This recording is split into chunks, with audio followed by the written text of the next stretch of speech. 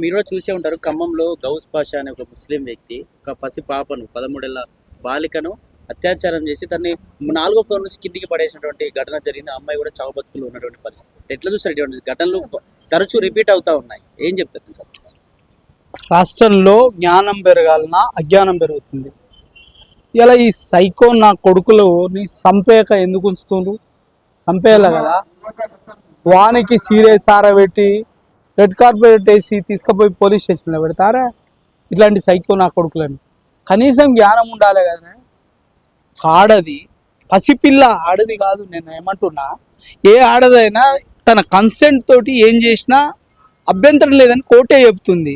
పసిపిల్లకి ఆలోచన ఏముంటుంది? ఇలా అవసరం తీరేదాకా వాడుకొని బిల్డింగ్ మీకు తోసేసేటేంద్రా సైకో నా కొడక. నేను చంపాల కదా. మరి ఎందుకు ఇలా ఏమన్నా జైళ్ళల్లో మనం కట్టే ట్యాక్స్లతోటి జైళ్ళల్లో ఫుడ్ ఎక్కువైనా ఉందా ఇట్లాంటి చెత్త నా కొడుకులని పెంచి పోషించుకోవడానికి? ఒక సంఘటన జరిగితే ఆ సంఘటనకు తగ్గట్టు చర్యలు ఉంటే ఇలా తప్పులు జరిగాయి.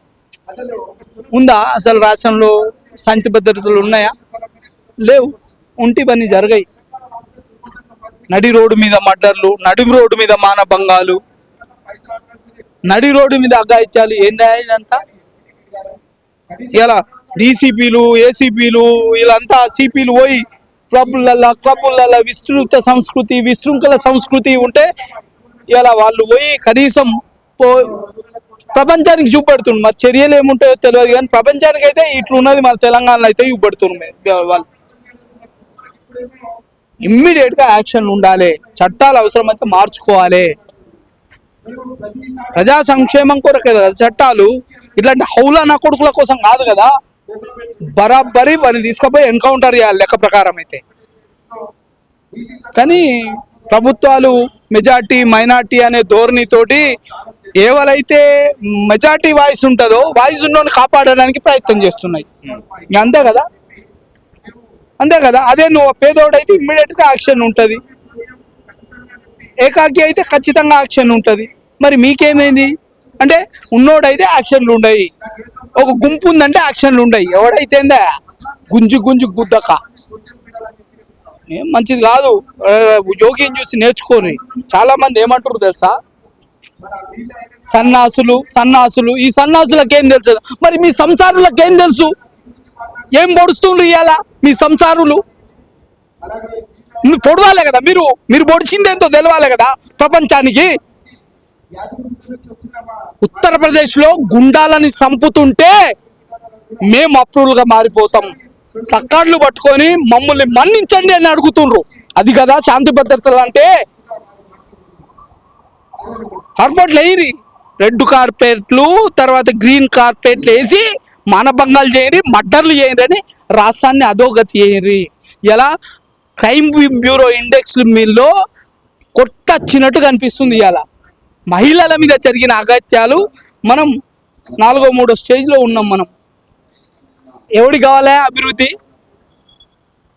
ఈ ఆగమనం చేసే పరిస్థితులకు, భద్రత లేని పరిస్థితులకు ఎవరికి కావాలి అభివృద్ధి?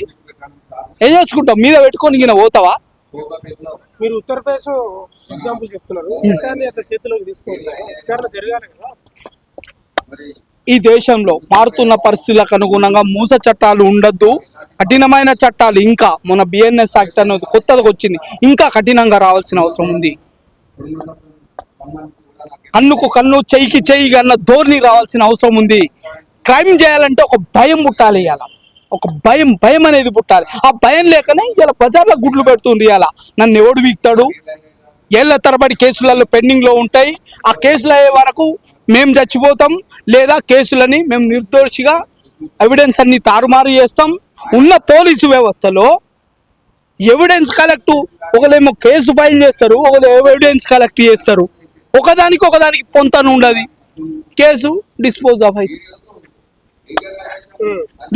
అవుతుంది. ఆ పరిస్థితి దాపరించింది. ఇక్కడ చాలా మంది దోషులు నిర్దోషులుగా బయటికి వెళ్తుండ్రు.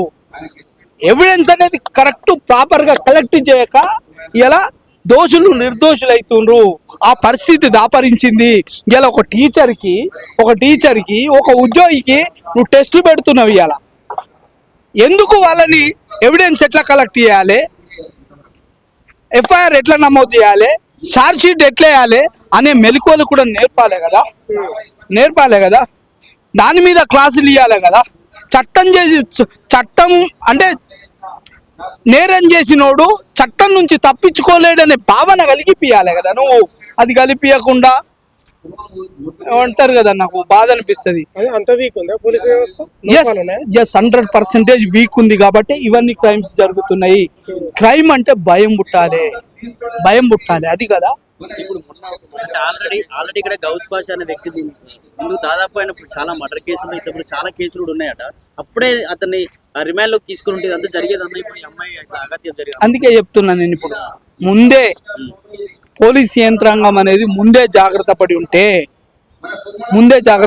ఈ రోజు ఈ పరిస్థితి రాకపోతుండే. తప్పు చేసినోడే నాలాంటి బెదిరిస్తుండు. ఇలా నేను ఒక వ్యవస్థ ఇల్లీగల్ గా నడుస్తుందని ఒక రిప్రజెంటేషన్ ఇస్తే నిన్ను సిపి సజ్జనార్కు పెట్టి లోపలేపిస్తా, నిన్ను వ్యవస్థల మీద నేను విజిల్ బ్లోవర్ యాక్ట్ కింద పనిచేస్తున్నా. నేను పనిచేసే నన్నే ఒక తప్పుడు వ్యక్తి బెదిరిస్తుండి అలా. ఎందుకంటే అధికార బలం ఉంది, రాజకీయ బలం ఉంది, అన్ని అండదండలు ఉన్నాయి. అట్లాంటిది ఒక దుర్మార్గుడు, ఒక కీచకుడు, ఒక నియంతకుడు, ఒక దుష్టుడు, ఒక సైకో నా కొడుకు ఇట్లా చేస్తుంటే నువ్వు చూసినావు కాబట్టి, చేష్టలు ఉడికిపోయి చూసినావు కాబట్టి పరిస్థితి దాపరించింది. అలా నువ్వు వాళ్ళకు భద్రత ఇచ్చి ఇవ్వాల్సిన అవసరం ఈ ప్రభుత్వానికి లేదా? నిన్ను ఎందుకు అనుకున్నాం? మాకు రక్షణగా ఉంటావనే కదా, మమ్మల్ని ఎల్లవెల్లలా కాపాడుతావనే కదా. మరి ఇప్పుడు ఇలాంటి సంఘటనలు జరిగే క్రమం అనేది ఊహించలేదు చాలా మంది. ఇప్పుడు మనుషుల్లో మార్పు రావాలా, చట్టాల్లో మార్పు రావాలా? మనుషుల్లో మార్పు రావాలి, చట్టాల్లో మార్పు రావాలి. చట్టాల్లో మార్పు వచ్చినప్పుడు మనుషుల్లో మార్పు వస్తుంది. నేను అడుగుతున్నా, ఇట్లాంటి రేపిస్ట్ నా కొడుకులని కింది అంగం కట్ చేయాలి. ఇట్లాంటి చట్టం వస్తే ఇంకోసారి రేపు చేయడు. చేస్తాడా? ఆలోచన వస్తుందా? వాడిని చూస్తే ఇలా చట్టం అంటే నాకు విషయ అవగాహన ఉంది కాబట్టి నేను తప్పుడు పని చేయడానికి 100 రకాలుగా ఆలోచిస్తా. ఓకే, చట్టం అంటే భయం లేనోనికి ఎందుకు ఆలోచిస్తాడు? అత్యాచారం చేసిన ఆయనకి ఎడ్యుకేషన్ లేదంటారా? చట్టాలపై అవగాహన లేదంటారా? చట్టాలపై అతిగా అవగాహన ఉన్నోళ్ళు క్రైమ్లు చేస్తున్నారు, చట్టాలపై ఏమి అవగాహన లేని వాళ్ళు క్రైమ్ చేస్తున్నారు. ఇది ఇది ఇది ఇది సత్యం. ఇది అతిగా అవగాహన ఉన్నోడు తప్పించుకోవడం ఎట్లనో తెలుసు కాబట్టి తప్పులు చేస్తుండు. అవగాహన లేనోడు నాకేమైతుంది పోతే కదా అనే దురుద్దేశంతో చేస్తుండు. కానీ ఒక తప్పు జరిగితే ఆ తప్పుకు బలమైన కఠినమైన శిక్ష ఉంటుందని తెలిసినాడు ఖచ్చితంగా ఎవడైనా భయపడతాడు. చట్టం ఎవరికి చుట్టం కాదన్నాడు ఖచ్చితంగా భయపడతాడు.